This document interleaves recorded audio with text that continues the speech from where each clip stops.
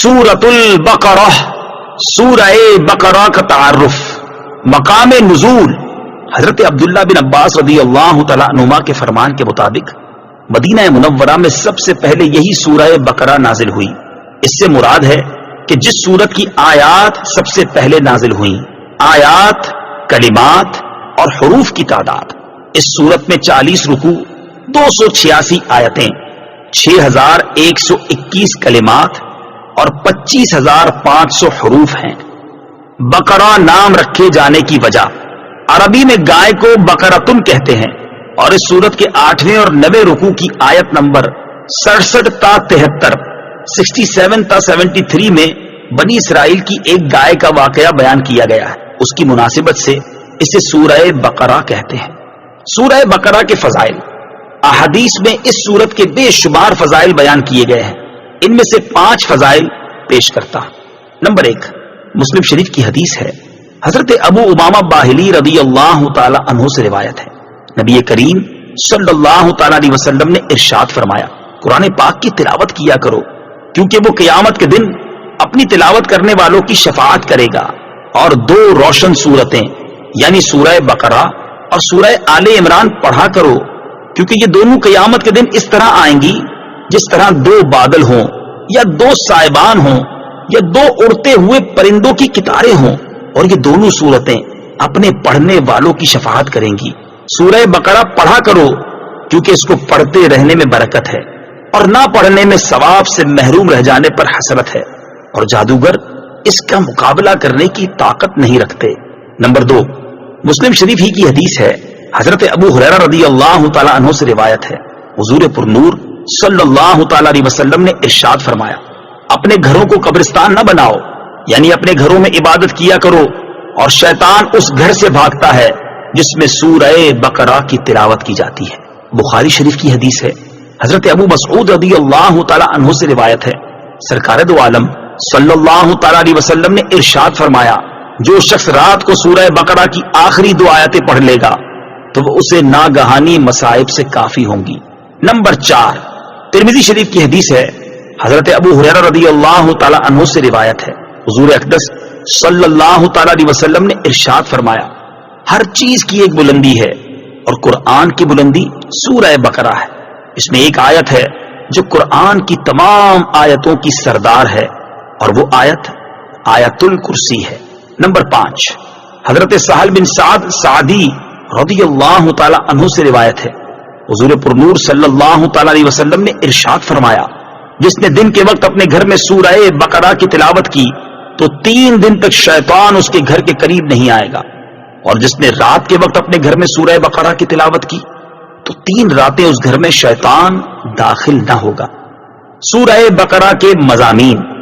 یہ قرآن پاک کی سب سے بڑی سورت ہے، اور اس سورت کا مرکزی مضمون یہ ہے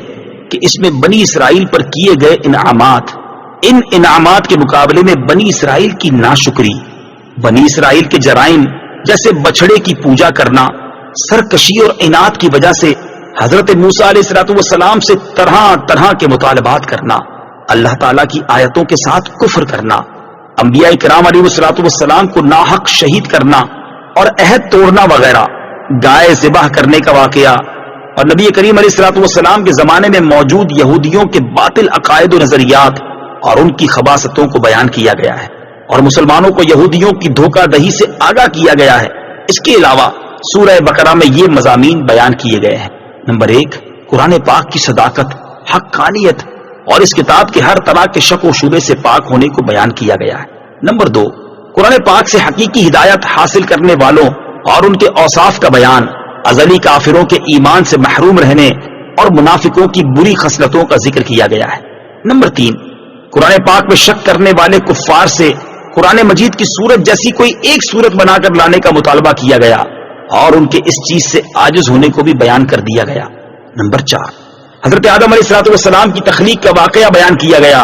اور فرشتوں کے سامنے ان کی شان کو ظاہر کیا گیا ہے۔ نمبر 5، خانہ کعبہ کی تعمیر اور حضرت ابراہیم علیہ السلام کی دعا کا ذکر کیا گیا ہے۔ نمبر 6، اس صورت میں نبی کریم علیہ السلام کی پسند کی وجہ سے قبلہ کی تبدیلی اور اس تبدیلی پر ہونے والے اعتراضات و جوابات کا بیان ہے۔ نمبر 7، عبادات اور معاملات جیسے نماز قائم کرنے، زکوٰۃ ادا کرنے، رمضان کے روزے رکھنے، خانہ کعبہ کا حج کرنے، اللہ تعالیٰ کی راہ میں جہاد کرنے، دینی معاملات میں قمری مہینوں پر اعتماد کرنے، اللہ تعالیٰ کی راہ میں مال خرچ کرنے، والدین اور رشتہ داروں کے ساتھ سلوک کرنے، یتیموں کے ساتھ معاملات کرنے، نکاح، طلاق، رضاعت، عدت، بیویوں کے ساتھ ایلا کرنے، جادو، قتل، لوگوں کے مال ناحق کھانے، شراب، سود، جوا اور حیض کی حالت میں بیویوں کے ساتھ صحبت کرنے وغیرہ کے بارے میں مسلمانوں کو ایک شرعی دستور فراہم کیا گیا ہے۔ نمبر 8، تابوت سکینہ طالوت اور جالوت میں ہونے والی جنگ کا بیان ہے۔ نمبر 9، مردوں کو زندہ کرنے کے ثبوت پر حضرت عزیر علیہ السلام کی وفات کا واقعہ ذکر کیا گیا ہے۔ نمبر 10، حضرت ابراہیم علیہ السلام کو 4 پرندوں کے ذریعے مردوں کو زندہ کرنے پر اللہ تعالیٰ کی قدرت کا نظارہ کروانے کا واقعہ بیان کیا گیا ہے۔ نمبر 11، اس سورت کے آخر میں اللہ تعالیٰ کی بارگاہ میں رجوع کرنے،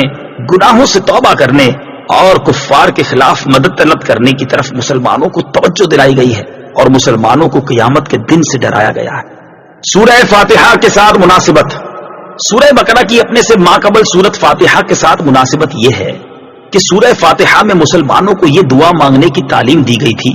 اہدنا الصراط المستقیم، یعنی اے اللہ ہم کو سیدھا راستہ چلا۔ اور سورہ بقرہ میں کامل ایمان والوں کے اوصاف، مشرکین اور منافقین کی نشانیاں، یہودیوں اور عیسائیوں کا طرز عمل، نیز معاشرتی زندگی کے اصول اور احکام ذکر کر کے مسلمانوں کے لیے صراط مستقیم کو بیان کیا گیا ہے۔